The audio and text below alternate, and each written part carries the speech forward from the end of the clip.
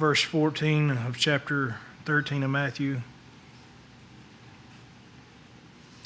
He was talking about parables and why he told them, why he spoke in parables. And he said, in their case, the prophecy of Isaiah is being fulfilled, which says, you will keep on hearing, but will not understand. You will keep on seeing, but will not perceive. For the heart of this people, has become dull. With their ears they scarcely hear, and they have closed their eyes. Otherwise they would have seen with their eyes, and heard with their ears, and understood with their heart, and returned, and I would heal them. You know, if you skim over that, the way I always saw it before, I never really caught who closed their eyes, because that lie was present in the back of my memory of the Lord, hardening Pharaoh's heart. But did he really harden his heart, or was it because Pharaoh already decided what he was going to do? He allowed it to be hardened. And out here now we have a people, they don't want to hear the truth. They would rather hear something else. They don't want to know what's right, what's wrong. They want to live according to what they see as right and what's wrong, and they want to justify it with the word. So they'll twist things out of proportion. The reason the Lord didn't speak plainly was that more judgment wouldn't be occurred to them. If you look back in the different examples of the children of Israel, so many times he would tell them to repent. And he said, if you would, I'll heal your land, I'll do these things for you. But the very next statement after he gets that out would say, you will not. I already know you're not going to, so I'm not going to even bother to wait for a time period to see if you're going to attempt it. Because he already knew their heart. Their heart was vastly wicked as a general rule. The Lord's ministry when he walked this earth was to expose those, to be a witness against those that would not accept the truth, and to reach the very few that would receive it. I think of when he was talking to all those disciples and he told them, you have to eat my flesh and drink my blood. And it offended, 70 of them, I believe, and they left. And he didn't get all emotional and feel guilty and go chase after them. He looked at the other 12 and he said, are you going to go as well? Are you going to stay with me? His mission wasn't to be conscious of people's feelings. He had a mission to reach those that would love the truth. And his disciples said, we don't understand this. What you're saying is out there. But where else are we going to go? You are the truth. You have the truth. We don't understand it, but we will follow you. In Hosea 4:6, he talks about his people being destroyed. And the reason his people were destroyed is for the lack of knowledge which they reject. So many people out here, we've had pastors dealt with a bunch of them on the internet. Multiple people here has had to talk or discuss or debate with people that want some kind of justification for what they're doing. We should be like the 3 Hebrew children. And Daniel, turn over to Daniel 3. Because time is short. Time is very short in this country as far as our religious freedoms. We see that the stair steps are being made to make it hate speech, whatever we say, if we follow the truth. If we speak what the Bible really says, it's going to be considered hate speech. And they're going to start putting us in prison in the next, not very distant future, most likely. Daniel 3, starting in verse 14. Now he was told, after he declared an order that people would bow to his image whenever the music would play, and he declared that everyone should do that with punishment if they didn't. But he had 3 wise men in his kingdom of the Hebrew children that he had a lot of confidence in, because most kings, if you rebel against their order, they're not going to give you a second opportunity. They're not going to say, oh, well, possibly you didn't hear all that band playing, so let's give you another choice. So they already had favor through God. Verse 14, Nebuchadnezzar responded and said to them, is it true, Shadrach, Meshach, and Abednego, that you do not serve my gods or worship the golden image that I have set up? Now, if you are ready, at the moment you hear the sound of the horn, flute, lyre, trigon, psaltery, bagpipe, and all kinds of music, to fall down and worship the image that I have made, very well. But if you do not worship, you will immediately be cast into the furnace of blazing fire. And what God is there who can deliver you out of my hands?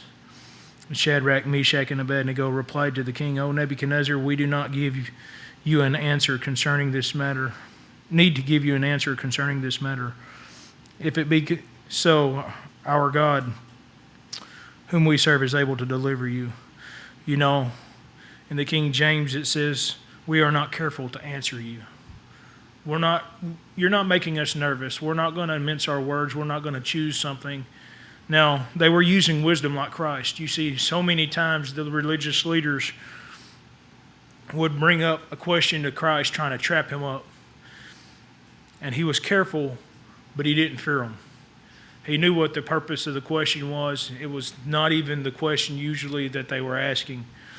He used the wisdom, but he did not fear them. And he exposed them. That's why they were so hateful. That's why they were so full of anger towards him and wanted him.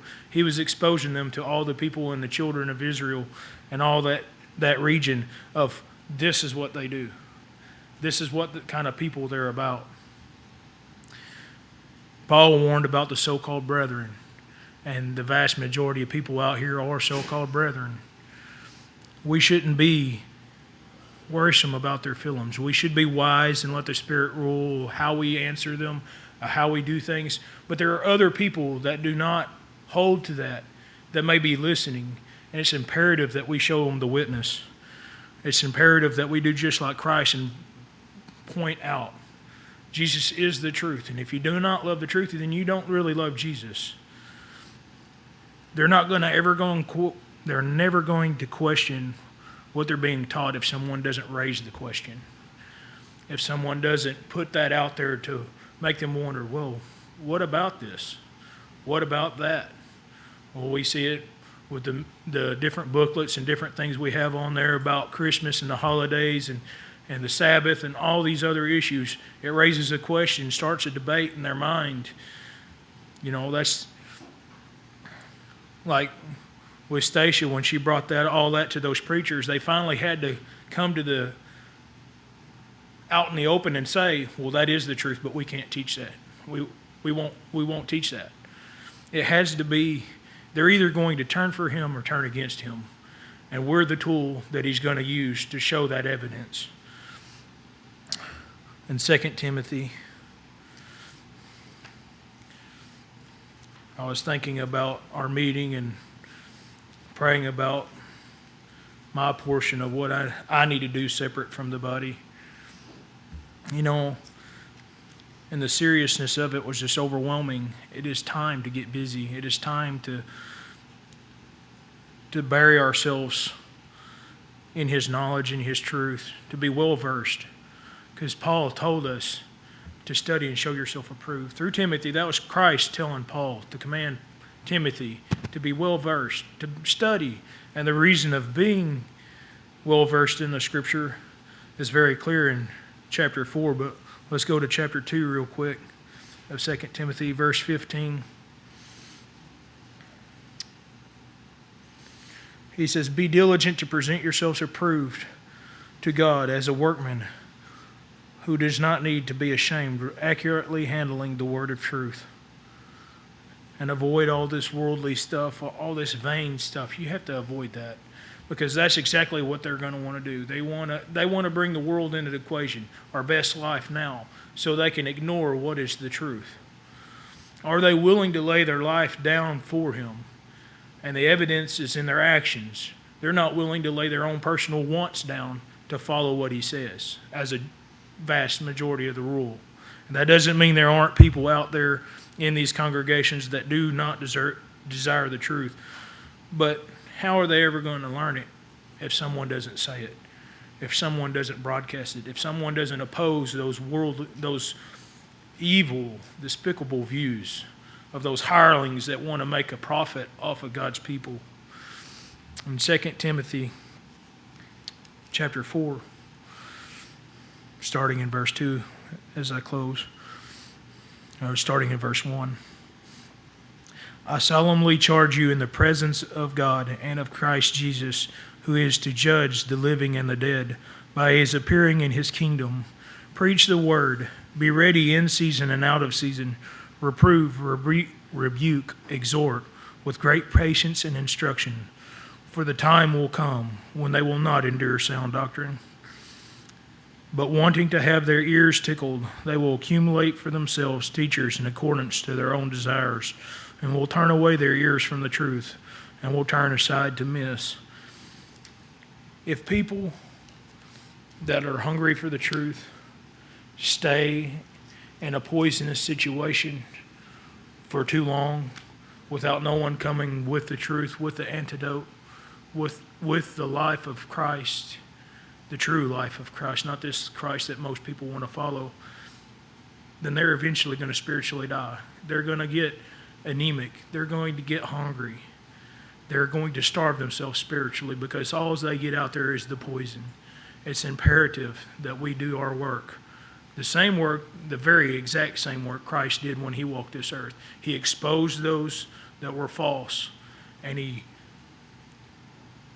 would go after that one lost out of the 100. If 100 were or 99 were saved, he would spend everything for that one lost. And that's what we must do. Praise God. Lord, we worship you today. Yes, we worship you.